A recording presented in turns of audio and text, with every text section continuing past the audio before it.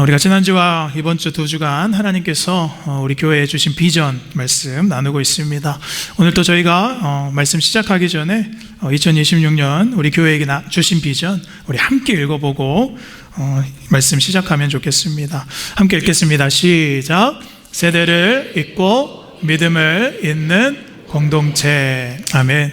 지난주와 마찬가지로 제가 세대를 하면 여러분이 잇고 또 믿음을 하면 잇는 공동체는 같이 함께 하겠습니다. 시작. 세대를 잇고 믿음을 공동체. 잘 안 되는 것 같습니다. 한 번 더 하겠습니다.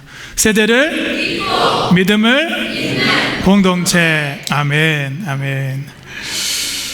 지난주에는 우리 교회에 베풀어 주신 우리 묘목들 다음 세대 우리 교육부 아이들을 소개하고요, 우리 아이들의 믿음과 또 신앙이 자라나기 위해서 우리가 마더트리가 되어야 된다라고 말씀을 나누면서 그 뿌리는 서로 연결되어져서 서로가 서로에게 영양분을 주고 또 가정과 교회 안에 이 세대를 거쳐서 시편 말씀처럼 대대로 하나님을 찬양하고 대대로 믿음을 잇는 가정, 그리고 대대로 또 세대를 잇는 우리 공동체 교회에 대해서 우리가 생각해 보았습니다.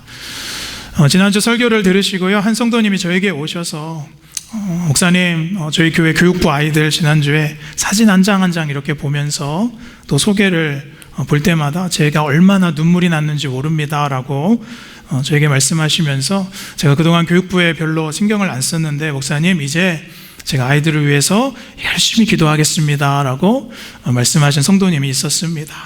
그래서 제가 그랬습니다. 기도만 하지 마시고 간식을 도네이션 해주십시오 라고 제가 말씀을 드렸습니다. 여러분, 기도의 영양분 참으로 중요하지요. 그리고 또 실제적인 영양분이 우리 아이들에게 흘러나도록 이번 2026년 한 해에는 온 교회가 한 마음으로 또 우리 다음 세대 아이들에게 관심과 영양분을 내보내기를 축복합니다. 이번 주에는 2026년 비전 또 다른 한 가지의 방향을 제가 나누려고 합니다. 우리 공동체 안에서 이제는 우리가 서로가 서로의 믿음을 이어주는 그 잇는 다리의 역할을 하기를 원하는 것입니다. 그 마음을 가지고 오늘 비전 설교 두 번째 말씀의 제목은 믿음을 잇는 관계의 공동체, 믿음을 이어주는 관계의 공동체라는 말씀의 제목으로 또 1월 둘째 주 26년 2부 말씀 또 잠깐 나누도록 하겠습니다. 여러분, 가정이든 교회이든지 간에 이 다리의 역할, 이 중재자의 역할이 참으로 필요하고 참으로 중요합니다. 제가 얼마 전에 온라인에서요, 아주 재밌는 한 어린 초등학생의 일기를 제가 보았는데요, 재밌어서 좀 가져와 봤습니다. 집에 있는 이 어린 초등학생 이 딸의 일기인 것 같아요. 내용을 좀 이해해 주시고 또 봐주시면 좋겠습니다. 초등학교 딸이 이렇게 일기를 써서 선생님께 숙제로 냈습니다. 제가 읽겠습니다. 엄마랑 아빠랑 또 싸웠다. 아빠는 엄마에게 이혼하자며 내일 구청에 가자고 했다. 불쌍한 우리 아빠, 이혼할 때 먼저 가야 할 곳은 가정법원인데 아빠에게 가정법원에 가라고 알려줄까 하다가 내 입을 틀어막았다. 아빠가 네이버 법률을 보지 않기를 바란다. 온라인 법률을 서치해보지 않기를 바란다라고 말한 겁니다. 선생님이 이거를 보고요, 거기에 참 잘했어요 라고 도장을 찍어주시면서 그 밑에 코멘트를 달았는데, 선생님도 자주 법률 상담을 본단다라고 말했습니다. 무슨 뜻이냐면 선생님도 이혼을 가끔 찾아본다라는 말인 것 같습니다. 그래서 이 일기의 제목이요, 똑똑한 딸을 두면 이혼도 면함이라고 제목이 되어 있습니다. 여러분, 똑똑한 딸, 이 어린 딸 한 명 때문에 가정이 유지될 수 있다는 것이죠. 저희 아내도 저에게 항상 하는 말이, 애들 대학 갈 때까지 내가 참는다라고 말을 하고는 합니다. 대학 가면 두고 보자. 제가 무슨 뜻인지는 모르겠지만 협박 아닌 협박을 하지만은, 무슨 말씀이냐면 가정에서도 부부의 관계를 이어주는 똑똑한 딸이 있고요, 자녀들이 있다는 것이지요. 또 교회 안에서도 서로와 서로의 믿음을 이어주는 좋은 믿음의 다리의 역할을 하는 사람이 분명하게 있다는 것입니다. 그 중재자 한 사람을 통해서 하나님의 공동체는 계속해서 유지되고요, 또 분열이 될 것 같아도 교회가 하나로 이어지는 것입니다. 그런 지체를 우리가 다리 놓는 자, 브릿지 빌더 혹은 중재자, 잘 아는 단어죠. 피스메이커, 또 화목하게 하는 자라고 우리가 표현을 합니다. 고린도후서에서도 바울은 이 중재자에 대해서 이렇게 말합니다. 우리 고린도후서 5장 18절에 보면 그가 그리스도로 말미암아 우리를 자기와 화목하게 하시고 또 우리에게 화목하는 직분을 주셨으니, 우리 19절은 함께 읽어볼까요? 시작. 곧 하나님께서 그리스도 안에 계시사 세상을 자기와 화목하게 하시며 화목하게 하는 말씀을 우리에게 부탁하셨느니라. 아멘. 그러니까 여러분, 우리는 그 하나님과 우리를 화목하게 하신 그 중재자 예수 그리스도를 닮아서 이 교회 안에, 또 여러분의 가정 안에 그 믿음의 다리 놓는 사람이 되어야 될 줄로 믿습니다. 혹은 화평케 하는 자가 꼭 되셔야 된다는 것입니다. 그리고 중재자가 되셔야 된다는 거예요. 그럼 어떻게 하면 내가 우리 공동체 안에서, 가정 안에서 서로가 서로의 믿음을 이어주는 그 다리의 역할을 잘 감당할 수 있을 것인가? 오늘 본문을 통해서 그 모습을 좀 나누어 보려고 합니다. 오늘 본문 느헤미야서는 이제 이스라엘 백성들이 바벨론의 포로에서 이제 해방되어서 돌아온 다음의 직후의 이야기입니다. 이스라엘 유다 백성은 이제 3번에 거쳐서 이스라엘 유다 민족이 포로로부터 돌아왔지요. 그리고 그들이 가장 먼저 했던 것이 있습니다. 무엇인가요? 바로 성전을 세웠습니다. 성전을 다시 세웠어요. 그리고 느헤미야와 함께 6장에 보시면 성전의 벽을 다시 재건을 합니다. 다시 세웁니다. 우여곡절이 있었지만 성전의 벽이 재건되고 이제 하나님의 영광을 그들이 되찾은 것처럼 보였습니다. 그래서 이스라엘은 무너진 성전도 이제 다시 세웠고요, 또 성전 앞에 성벽도 두텁게 다시 재건을 했습니다. 그 예루살렘 이렇게 볼 때는 어느 정도 이제 회복되어서 이제 살만해진 것 같고, 또 여러 가지로 대충 다 갖추어진 것처럼 보였습니다. 근데 여러분, 문제는요, 유다 백성들 마음이 계속 허전한 겁니다. 그들 안에 채워지지 않는 무언가가 있는 것 같은 것이죠. 왜냐하면 여러 가지가 있었겠지만 결론적으로 그들 안에는 그들의 정체성, 하나님의 말씀이 회복되지 않았기 때문에. 그러니까 여러분, 그들의 삶의 조건은 회복되었는데 그들의 삶의 중심, 이 정체성이 회복된 것은 아니었다라는 거예요. 사랑하는 여러분, 우리의 삶도 마찬가지입니다. 내가 조건을 만족시키고 내가 조건을 채우려고 사는지, 아니면 내 중심, 내 정체성을 하나님 앞에 지키면서 사는지 반드시 고민하게 되시기를 축복합니다. 여러분, 우리의 만족은요, 절대로 조건이 아닙니다. 우리는 조건으로 만족할 수 없어요. 우리 중심에 하나님이 없으면 우리는 오늘 이 유다 백성들처럼 결국에는 허무하고 결국에는 허기지게 되어 있다는 거예요. 여러분, 우리가 이제 이민생활 좀 오래 하셔서 또 이제 좀 살만하고, 또 내가 그동안 나름대로 노력해서 갖추어 놓은 것들 어느 정도 있습니다. 자녀들도 잘 장성했고, 또 나름 다 밥벌이 잘하고 자녀들이 삽니다. 그런데 여전히 내 안에 뭔가 허전하고, 여전히 내 안에 뭔가 채워지지 않은 허기가 항상 있을 수 있다는 거예요. 그때 사랑하는 여러분, 반드시 돌아보셔야 될 것은 내 안의 중심이 하나님으로 맞춰져 있는가, 내 정체성이 흔들림이 없는가 반드시 깨닫게 되시기를 바랍니다. 하나님과 나와의 관계 안에 두터운 벽이 세워져 있지는 않는가, 구체적으로 내 안에 하나님의 말씀이 살아있는가 반드시 보셔야 된다는 거예요. 그래서 오늘 이스라엘 백성들은요, 이제 그것을 좀 해결해 보려고 했던 거예요. 그래서 믿음의 중재자요, 또 영적 지도자였던 제사장 에스라를 이제 부릅니다. 그래서 본문 1절 보시면, 7째 달 초하루에 이스라엘 백성들이 예루살렘 성 안에 수문 앞 광장에 다 모였다라고 되어 있어요. 우리 2절은 함께 읽어보실까요? 2절 시작. 7째 달 초하루에 율법책을 가지고 회중 앞 곧 남자나 여자나 알아들을 만한 모든 사람 앞에 이르러.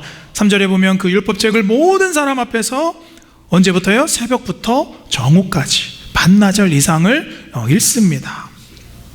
근데 중요한 건 거기 보시면 곧 남자나 여자나 알아들을 만한 모든 사람 앞에서라고 되어 있어요. 그러니까 이게 중요합니다. 전 세대 앞에서, 유다 백성의 이스라엘 어린아이부터 장년, 노년에 이르기까지 모든 세대가 다 말씀 앞에 섰었다라는 거예요. 그리고 믿음의 중재자였던 이제 에스라가 율법을 낭독하기 시작합니다. 그때 6절에 보면 모든 백성이 손을 들고 아멘 아멘 하고 응답하고 몸을 굽혀 얼굴을 땅에 대고 여호와께 경배하니라 라고 되어 있어요. 여러분, 그래도 참 감사한 것이 무엇입니까? 유다 백성들이 허무하고 낙심되고 무언가 빠져 있다고 느낄 때 그들이 말씀 앞에 전 세대가, 모든 세대가 섰다라는 거예요. 사랑하는 여러분, 여러분의 가정이, 또 우리 교회가 야, 이건 무언가가 잘못되었다라고 느낄 때 말씀 앞에 바로 서게 되는 교회 되시기를 축복합니다. 겉으로 재건되는 성벽도 너무나도 중요하지만, 겉모습도 중요하지만, 우리 공동체 안에 먼저 말씀이 회복되고 우리 중심이, 우리의 정체성이 그리스도께 바로 서게 되시기를 주님의 이름으로 축원합니다. 그래서 오늘 이 말씀을 가지고요, 이스라엘 공동체가 이제 하나님 앞에 모든 세대가, 전 세대가 그 믿음을 이으려고 에스라를 통해 섰었던 이 모습을 장면을 통해서 우리가 첫 번째로 살펴보고 싶은 것, 믿음으로 연결된 관계의 공동체는 어떤 공동체냐. 우리 1번 함께 읽겠습니다. 시작. 같은 말씀 앞에 다 함께 반응하는 공동체입니다. 한 번 더 읽겠습니다. 시작. 같은 말씀 앞에 다 함께 반응하는 공동체입니다. 같은 하나님의 말씀 앞에 다 함께 반응하는 거예요. 우리 2절 후반절 돌아가 보시면 에스라가 이제 누구 앞에서 말씀을 읽고 선포합니까? All generation, 말씀을 알아들을 만한 모든 사람, 그들의 무너진 믿음과 정체성을 확인하기 위해서 그들이 사용한 것은 뭐예요?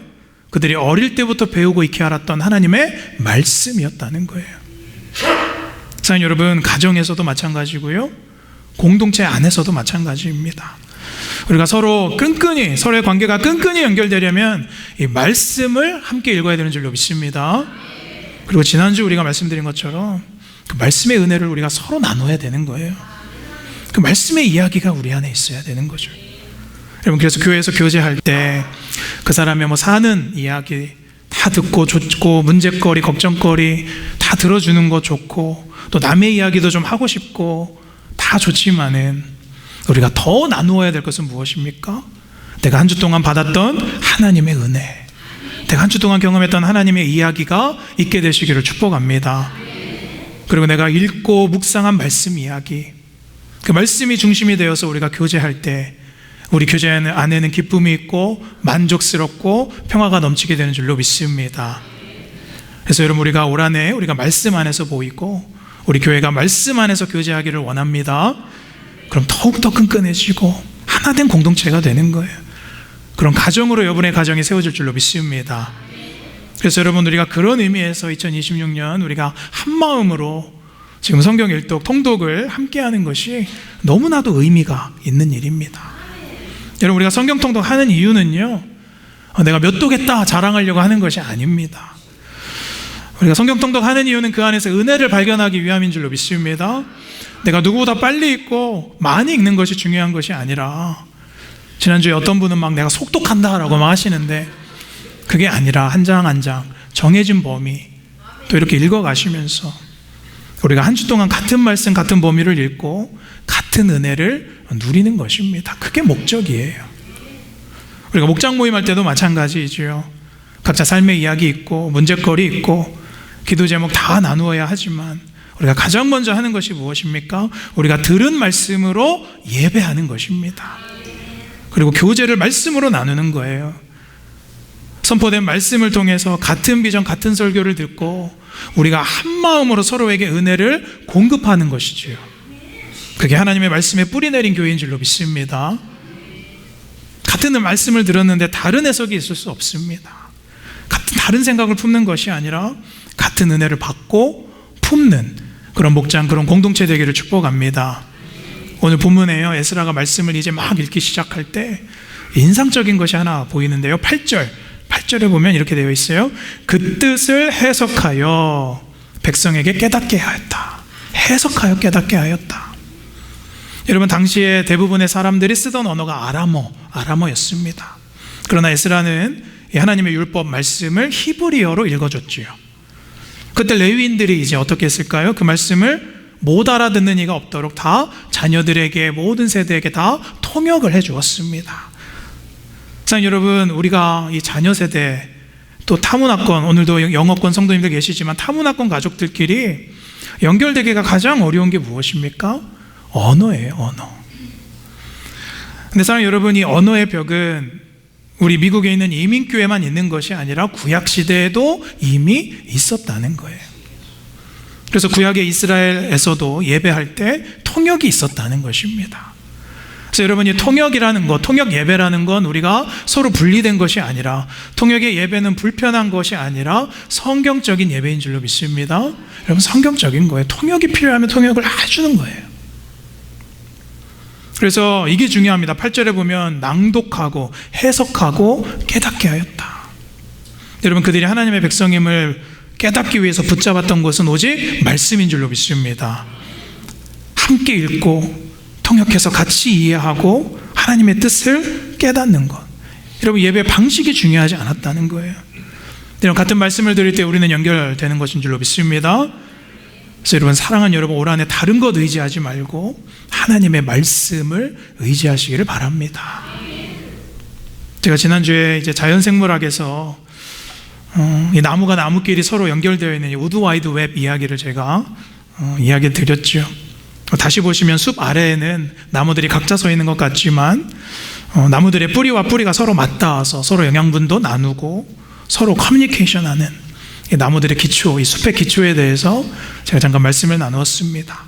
오늘 또 한 가지 제가 좀 흥미롭게 나누고 싶은 것은요, 이 연계된 뿌리를 가진 나무 가지들의 모습입니다. 이제 위쪽으로 올라와 보면 이 나무 가지들이 이제 특이한 현상을 보이는데, 사진을 제가 준비했는데요. 이게 아래에서 바라보는 나무입니다. 아래에서 바라보는 나무들, 하늘을 바라볼 때 보이는 나무들. 근데 이 사진을 이렇게 보시면 우거진 가지들이 서로 닿아 있어요? 안 닿아 있어요? 안 닿아 있습니다. 서로 일정한 간격을 유지하고 경계를 두는 모습을 숲에서 보여준다라는 거예요.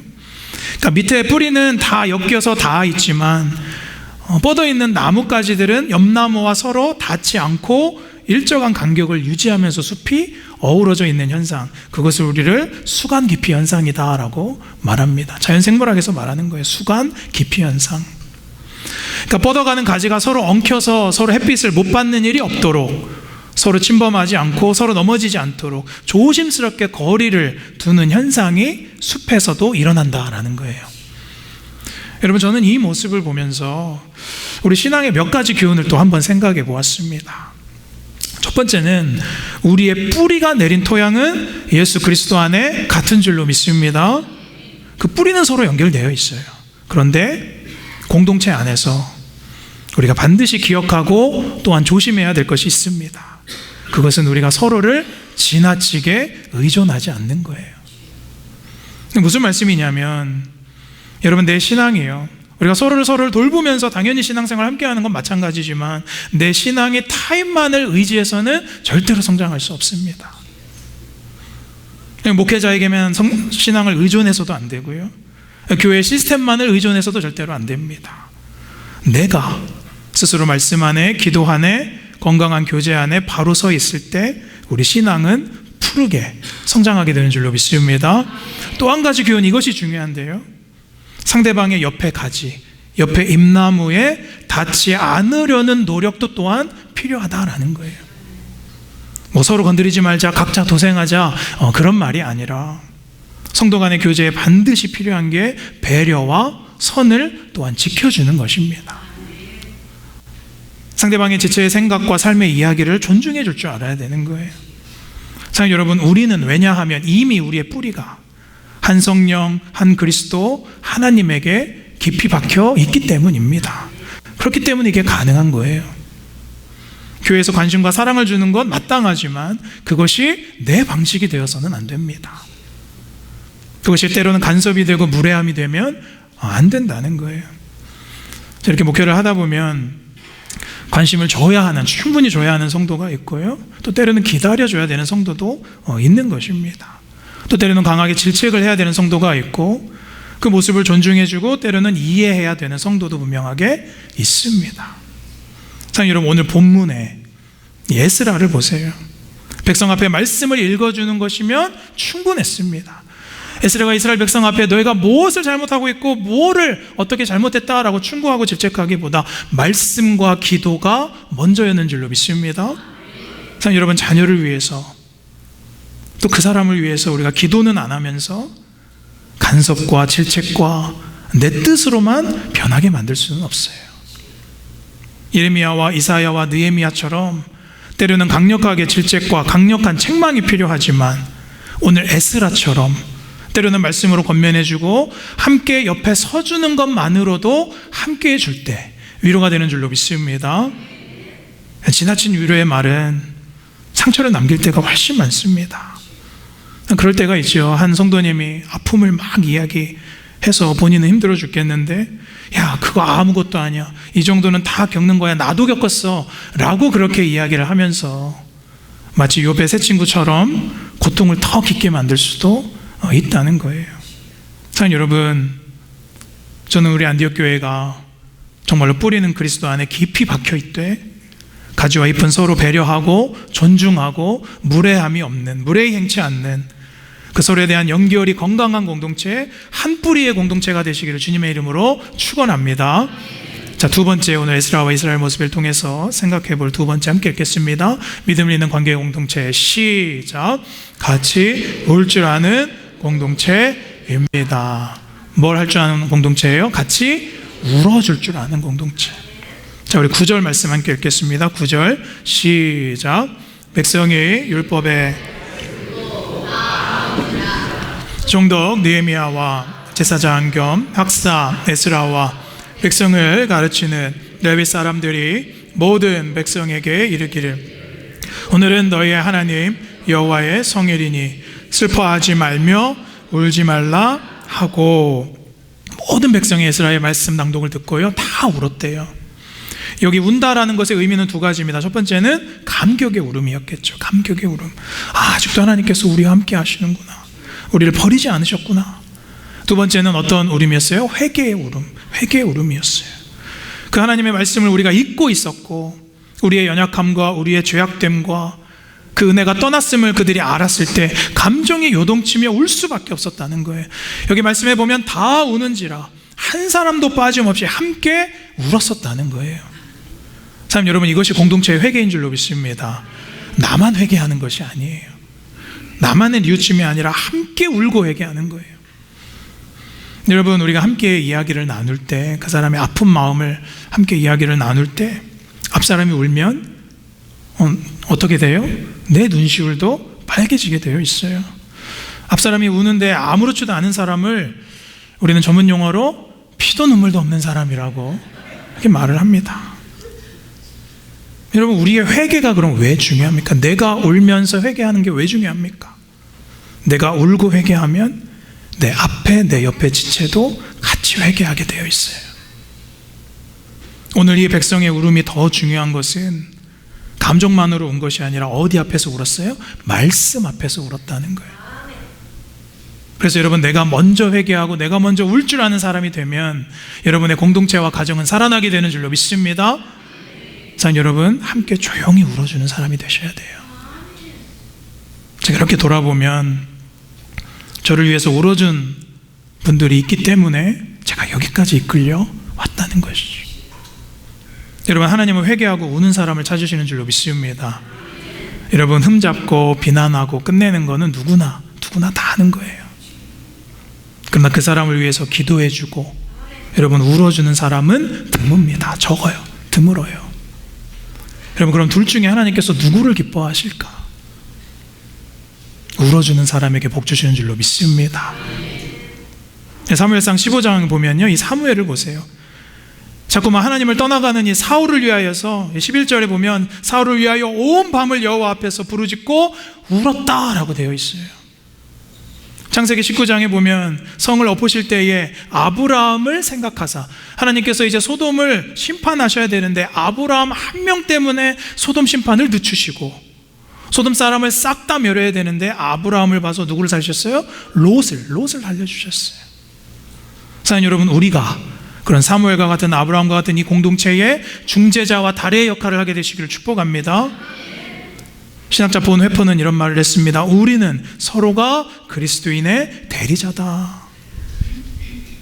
우리가 서로의 그리스도를 대리하는 사람이다. 그래서 그의 책에서 이렇게 말합니다. 그리스도인은 혼자서 그리스도를 소유하지 않는다. 그들은 공동체 안에서 형제를 통해서 그리스도를 만나게 된다. 나는 누군가에게 그리스도가 건너오시는 통로가 될 책임이 있다. 사랑하는 여러분, 우리의 모습을 통해서 그리스도가 전하여지게 되기를 축복합니다. 상대방은 내 모습을 통해서 그리스도를 보게 되어 있어요. 우리가 언제 마지막으로 타인을 위해서 울면서 간구하셨습니까? 내가 상대방을 위해서 울어줄 준비가 되어 있다면 나는 이미 그리스도의 믿음에 다리 놓는 사람이 되는 줄로 믿습니다. 오늘 본문의 에스라뿐만 아니라 성경 전체의 핵심 주제는 우리의 중재자 되신 예수 그리스도, 하나님과 우리의 관계를 화목케 하시는 예수 그리스도. 우리 디모데전서 2장 5절 함께 크게 읽겠습니다. 시작. 하나님은 한 분이시요 또 하나님과 사람 사이에 중보자도 한 분이시니 곧 사람이신 예수 그리스도니라. 아멘. 그럼 결론은 무엇입니까? 우리가 어떻게 예수를 닮아서 내가 그 믿음의 다리를 놓는 사람이 되어야 하고, 어떻게 하면 내가 피스메이커 화평케 하는 자가 되고, 어떻게 하면 내가 화목케 하는 자가 될 것인가?